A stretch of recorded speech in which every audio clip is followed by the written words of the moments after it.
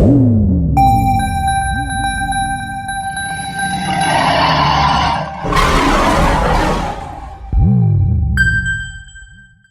guys, welcome back to another episode of the Final Third via Zoom. Come on. It's a special day. Liverpool have been crowned champions. Well done. Let's just congratulate them. Well done, Liverpool. Yeah. I mean, yeah. Big up Liverpool's it's team. better for some because they're actual rivals like United. You've got Banksy over there. That's a rivalry for this generation. Let's just cut that out now. They don't care. Us fans. It burns, but it's not burning that deep with the actual rivals. But hey ho, we move. So, how do we feel? We all know Liverpool deserved this. From probably last season, 2 seasons ago, we kind of knew it was coming. But in these circumstances, did we actually anticipate that it was coming so soon? Thanks. Boy, big up Klopp on what he's done at Liverpool. We're not going to take that away from him. 5 years ago, there was all in a mess under Rodgers. Fielding next teams, had a man like Markovic, Borini up front. So we're going to give props to Klopp for putting together this team, man. Putting together a title-winning team.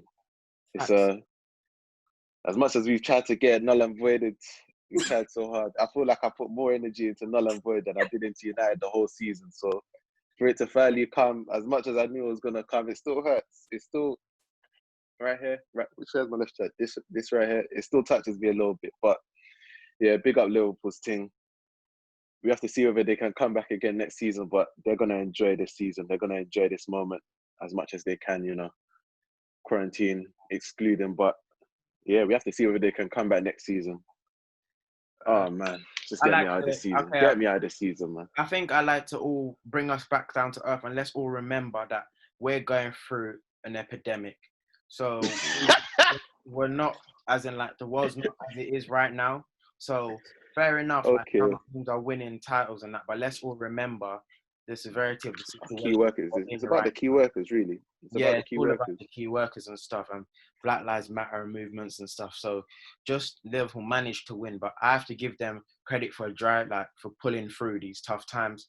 Besides that, since we're talking on the issue, credit to Klopp, because I believe hindsight's a beautiful thing. So it's very easy for everyone to be like, yeah, this team is brilliant. But getting to this point, like Grant said, no lie, Markovic up front, you're seeing certain I don't know why we Balotelli and them, man. Yeah, you're just playing with scrubs and Borini and just people in and around, but there's a lot that Luis Enrique, there's a lot you had to get rid of to get to this point. Even Klein, who got dropped there last year, Moreno, there's so many players that used to be there that are not there anymore, and to get to where it is right now. And everyone's saying, yeah, this squad's fantastic, but at the same time you'd criticize the midfielder, the starting midfielders. That just goes to show that Klopp had an idea and philosophy, and he stuck to it about not getting the best midfielders technically, but the ones who would work the hardest for him. And it worked, because if this team, if those midfielders were under any other manager, I don't think they can get the best out of them with their tactics. So credit to them, credit to Klopp, credit to everyone within the team. Van Dijk had a big influence. The front three. Sound like an Anfield regular, fam. What are we doing here? I'm sorry, man. I'm still bad. I'm still sorry. Just congratulate Workhorse FC and that's what we're doing here. I think this is the best we could have done from a neutral point. We never wanted them to win, but if they win, maybe these circumstances what we have to do. The null and void, the TV rights won in the end. We was never going to outdo them, so they wanted to bring it back. But so I didn't think I'd see this. I didn't think my children would see this. All we need to do now is just make sure this doesn't happen again. And I'm looking at every other team, not us, because there's nothing we can do about it. There's nothing we can do about it. We just need to make sure everybody else don't let this happen again. That's all I have to say. We got Lampard for bringing the title to Anfield, man. An English midfielder had to do it eventually. Someone had to do it. Klopp should bring Gerrard out of retirement and let him play just so he can get a trophy. Let him play those last 7 games, and we can do this Lampard Scholes Ting discussion again, Gerrard discussion. So he has his prem. God forbid. God forbid. He's getting it. Time's passed. Window's gone. Nah, he plays 5 games. He's calm. Nah, it's done. Shem, I beg of you, don't even bring up such scenarios. Bum ass scenarios. Okay, moving on to the game of the day, I want to say. Chelsea City. Chelsea needed to win to give Liverpool the title. Not give, but, you know, for Liverpool to be crowned champions. Pep. Now, everyone has their own agendas against this man, but tonight... No, we don't, Julie. We don't. Someone here does. So... All I'm going to say is, for 30 years, managers have managed to stop Liverpool from winning this Premier League. Stop. For 30 years, managers have managed... It's because when Mourinho was about to come, you were slotting for Pep as well. You wanted Pep as well. Managers for 30 years have managed to stop Liverpool from winning this Premier League. And all of a sudden, Man City's their main challengers, and they do this. They discredit. I told you that on this platform before. Man City have some of the worst. Man City have some of the worst title defenses. Shem, you're gonna have to listen to me. You're gonna have to listen to me whether you like it or not. Man City have some of the worst title defenses I've ever seen, and this is just another one in the books. I cannot believe what they've done. I can't believe it. As much as Liverpool have played well, the Premier League needs to have a good, long, hard look at themselves for putting up this sort of meager display to go and challenge Liverpool. I swear to God, someone get me out of this year, man. I've had enough. They just won back-to-back and most contested Premier League in like... Yeah, they went back-to-back, and what? Does it stop there? What, do you not put up a challenge the next year? But you're saying... What? I'll let you go off. What? With the league's most expensive squad, are you telling me... What are you telling me right now? That they should be 23 points behind, or however many points they are behind? I'm telling you, you said they have put the most meager title defenses. I'm telling you, when they won in 2018... That's one title defense. Look back at 2012's, the 2013 title defense. Look back at the 2015 title defense. Look back at this one. Come on, man, get your head out of your ass. This was a joke. This was a joke. But let's not lie. They're still miles ahead of everybody else. That's underneath them. That's just all I'm saying. For 30 years, managers have managed to stop Liverpool. You don't think it gets tiring being at the top? You don't think he gets tired? Sir Alex Ferguson will tell you all about being at the top for many years. He'll tell you all about that. Maybe you need to go take some lessons before you start taking the GOAT title. All we know is he has no knock because he couldn't get Dwight York the job, could he? Okay, that's cheap. That's very cheap, Shem. Very cheap. Good old Saf couldn't get Dwight York the job. Listen. I'm not blaming Pep for this. The easiest time to fall off is when you's on top, yeah. But I'm looking at the players. I'm not sticking this one on Pep. I'm looking at the players. So the game tonight, let's analyze the game from winning their last 2 games and then now. Why did they lose their heads? Sorry, Judy. Benjamin Mendy, man. Benjamin Mendy. When you've got something like that in your back line, just as much as he can be a threat on the attacking end, when you've just got like lack of concentration that Mendy can give you in that back line. You saw against Wolves as well when Adama Traore shoved them off the ball so calmly. The same thing happened there. A rubbish pass to Gundogan. They're on the counter. All you've got to do is chill. Like you're taught this one-on-one defending. Just wait. You don't have to dive in. All you have to do is wait because he's not getting past all 3 of you. But he dived in, and then it's an it's a very good finish by Pulisic, but something that should have been avoided. The game was not even... You've seen it so many times this season with City. It just seems like they just let it slip. And in previous seasons where it seems like they can get it back and they can equalise and take over the game in the dying seconds of the match, it just never looked like it was coming. I think always before the break, we've seen this happen to City, and every big team has beaten City. Spurs beat City. United, well, we didn't. That's not the point. But everybody else, I said, "Whoa," because everybody else has taken points off City, and in the games where they took points off City, they could play 90 minutes again and take them points again. That's what I'm trying to say. It wasn't that a snatch and grab. 100, because Chelsea were in the game for large parts of it. There was times in the second half when they had to sit back, but Chelsea were in the game for a lot of it and definitely deserved the 3 points. Fernandinho, I'm sure you'll look back at that again and say, he'd probably do it again. I can't lie. I can imagine you do that again. Even though De Bruyne scored, it was bad from majority of them. When you're looking around and you're seeing, I can't even pick the best player from the city. Mahrez was up against Alonso and he didn't really give him enough problems. No, I'm not having it. Exactly. It was up against Alonso and he didn't give him any problems. Any problems. So you're just looking at him like, bruv, be the maverick, be the talisman, and when certain players don't come to the game. But someone had to step up. I'm looking at City and thinking, thank you for making this Corona period entertaining. So far, the 3 most entertaining games have been the City games. Yeah. Hold on. What does this mean? Stop recording. I'm receiving an email. Pause, record. Is it come up with some minute thing? Yeah. So do I pause and what? Carry on? Or stop and carry on? It's just unlimited. So you've just extended the recording session. What? Do I get It's unlimited now. Do I get charged for Nah, it's free. All right, run it back, Turbo. I'm going to cut this bit out. I'm just continuing from, So moving on from the City-Chelsea game, going into the City-Burnley game. I don't know if most of you saw this, but there was a banner that flew across the stadium and it said White Lives Matter / Burnley. Now, they came out of a statement saying that obviously they stand for Black lives and inclusivity, blah, blah, blah, blah, and all this stuff, but who would really go out their way to go and do White Lives Matter? I think it was even whilst they were taking the knee or something like that. Yeah, it definitely was.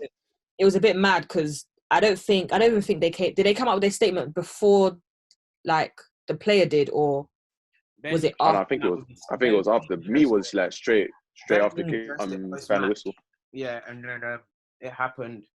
And then they addressed it when it got some traction on socials. I'm not going to say, you can't paint all Burnley fans with the same brush, even though the area is traditionally not diverse. But a couple bad apples, you know what you're going to get with a couple bad apples. It's going out of their way to go against the movement.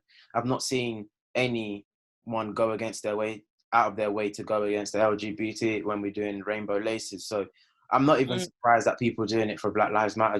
I don't really want to shed any light on it because it doesn't deserve any traction and it takes away. For me, 100% deserves traction because now the FA have to look at it like it's not something, because even when me said, it's a small minority, I feel like that's a very dismissive way to look at it. Like, you've got to accept that, okay, the people that flew the banner, you could say that they're in the minority, but do you think they're going to get excluded from their community? Do you think the people around them, if the people around them knew that they were going to do that, they should be shunned? Like, if there was if they didn't share these beliefs, they'd be shunned. They'd be said, like, why the hell would you do that? But what you have to accept is that's a good point. The people around them, believe that as well. Like, the person that did the banner, he got sacked, but he's not going to lose his social circle. And that's what the FA have to think about. Like, it's not as deep, it's not as simple as, there's a small minority that's doing monkey chants or saying racist things. This is like a ingrained mentality throughout the whole of English culture. And it's not something that you can quickly dabble over. Like, it's something that needs to be addressed. The FA need to look at it in that way, as in it's systemic. It's not something that's going to be easy. You're right. So I didn't look at it like that. You make a very good point in terms of it's very easy to be dismissive, and that's even what I did. It's very easy to be dismissive and try not to shed any light on it. It's very easy to say it's a couple bad apples, but this is a perfect time for the FA, if you really, like you said, stand for what they're saying they stand for, to really make an example of people that, you're not wrong there. You're not wrong.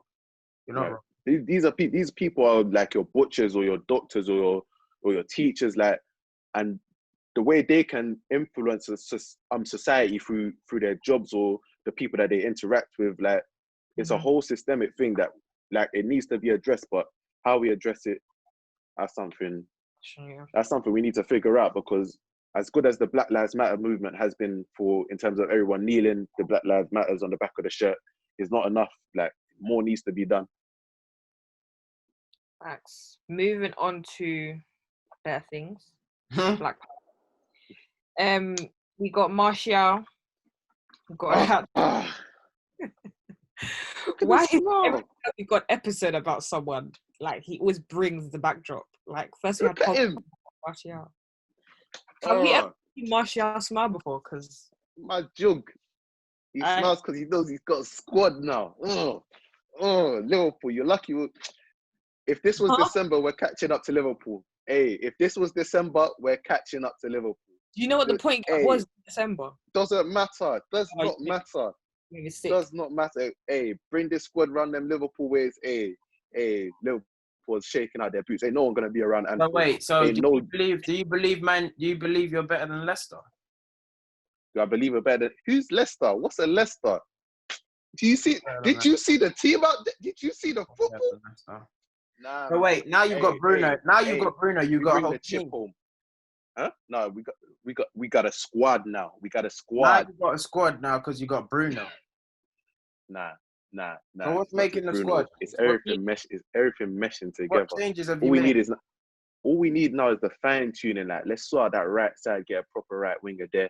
Let's get a better centre back. Let's get a better left back. Mark this day. Mark this day now. Mark this day. You know that Van Persie. Hey, mark this day. Van Persie. We're gonna bring this out the outsiders next year. You said all you need is a right mid and you're done. Chill. I said right winger, midfielder, left back. What? Yes.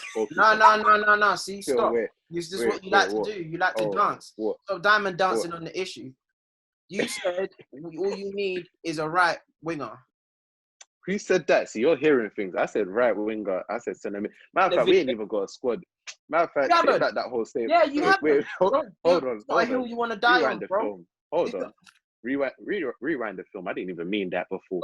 I didn't even mean that. Word. Literally. But in all honesty, I was very happy to see Martial get the hat-trick.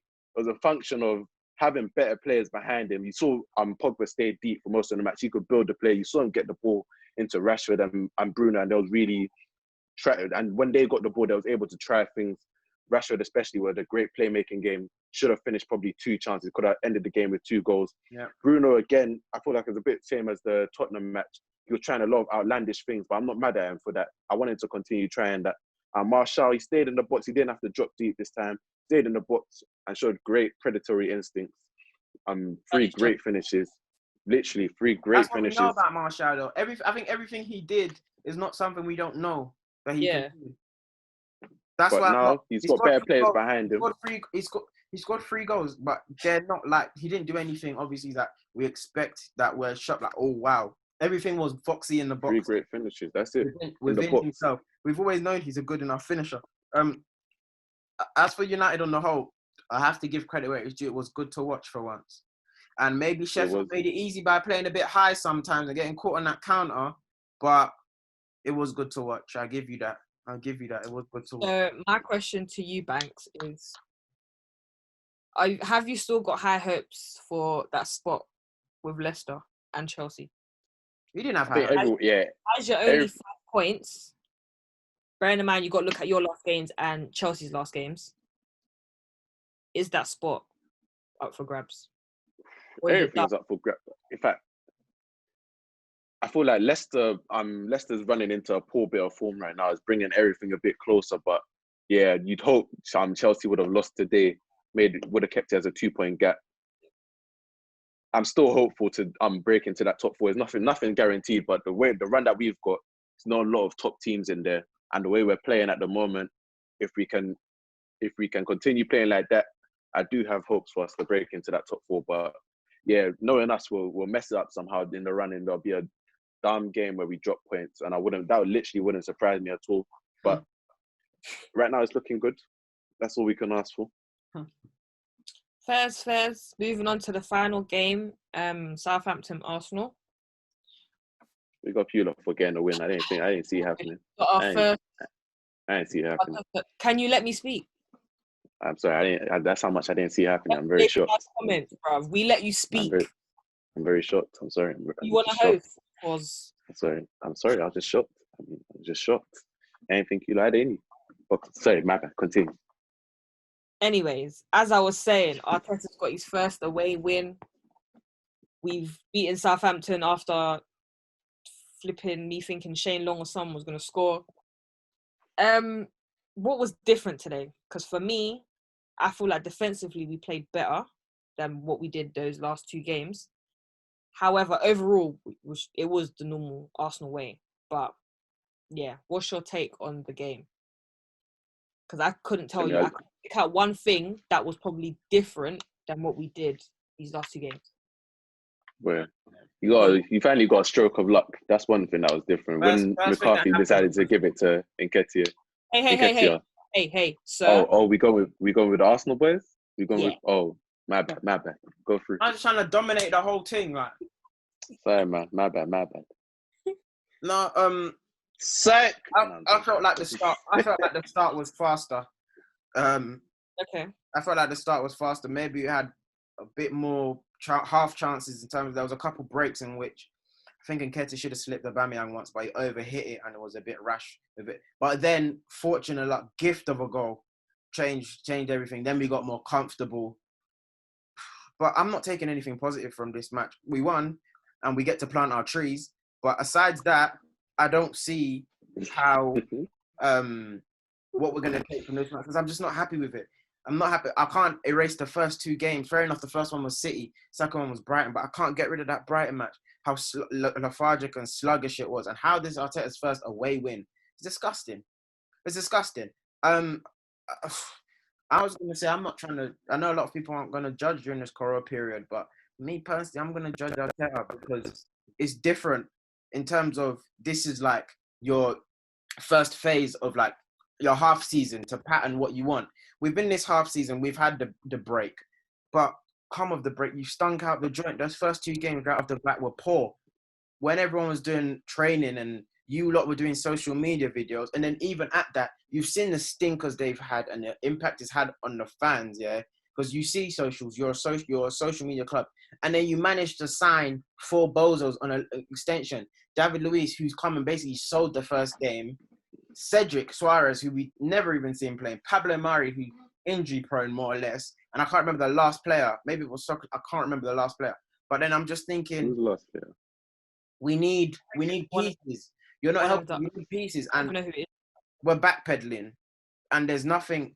It's very difficult because this is going to be worse than 2013 Liverpool or 2012 Liverpool when they was playing for Europa when Europa wasn't cool, when they was coming ninth. Yeah. When Jay Spearing was starting, them times, and Charlie Adam was starting, them times. It's going to be a lot worse when Paul Konchesky and them man were playing. Them times, it's going to be bad. Because, I don't know, our team is so weak and mild, yeah? You got me out here last week getting pammed about backing Guendouzi, but I'm out here trying to move, like trying to work with what I've got, and you got me looking silly. I will lose my credibility. I'm fuming. I'm so angry. There's nothing worth talking about with this team. It upsets me so much. And if I was Aubameyang, I'm leaving. I'm leaving straight away. Yes. What do you want to stay for? What do you want to stay and do? What? Like what? Tell me as an Arsenal fan. If Aubameyang's sitting in front of you, you tell him, okay, I will stay if you convince me. What should I stay for? All you can say to him is money, and we don't even have the bag.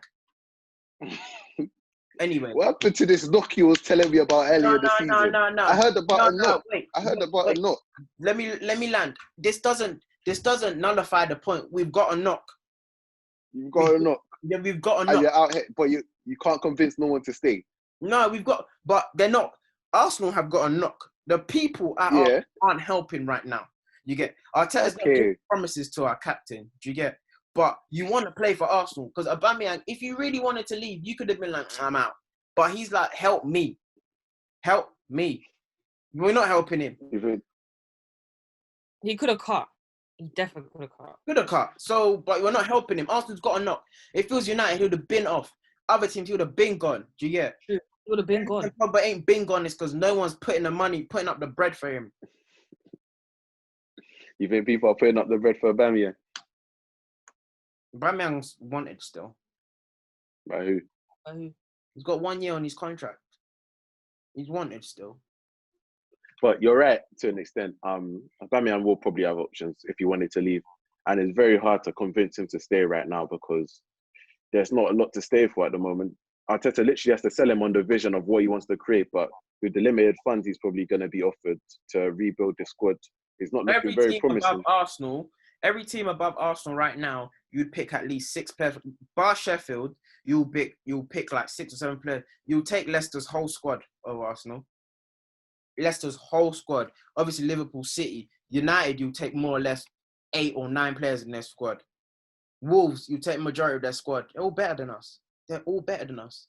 So, where we're supposed to be, rightly so. Tottenham, as it hurts me, you take majority of their squad. Fair enough, they're all frail and like they just like turn so slow. Like all of them are fridges, but you take them. You take them. You take them. You take majority of Chelsea's squad. Do you get? Now I'm looking at it now. We'll take Foden. We'll take Foden. Why won't we take Foden? Hey, I was saying you take Foden, innit? You take Foden. That's what I was saying. It's looking like a difficult rebuild job there, man. God bless Arteta for Too much taking it. because we've already had a rebuild. So what's this? Sorry. Good luck. Strip everything back to the ground, man. Strip everything back to the ground at Arsenal. I'm giving Arteta till December. Till December. What does he have to show you by December? To do what? Something. He has to show you something. Something. Fair enough. Because you just don't look. It's the aim of Arsenal is not to look flashy and pretty and that, like looking like like the ladies fancy me type of manager. It's not. That's not what we're here to do. That's not what we're here to do. Here to win games. Word. And every time be doing explain.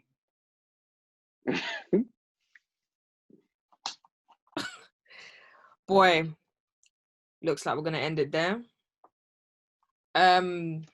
Congrats again to Liverpool for winning the chat. Wow, I was gonna say champion. Big up Liverpool. Man said, "Oh yeah." Yeah. This is why we're hearing it. Congrats to Liverpool. Still talking about that. Let's still move talking on, about man. that. Next season, bring on the next season, man. 100. Mate, it's coming very soon. It's been Number 21 at Old Trafford, man.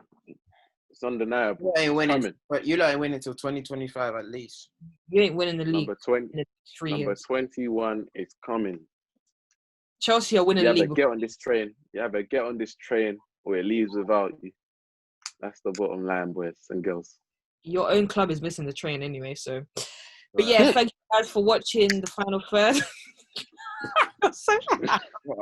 Thank you guys for watching the final third, and we'll see you next week.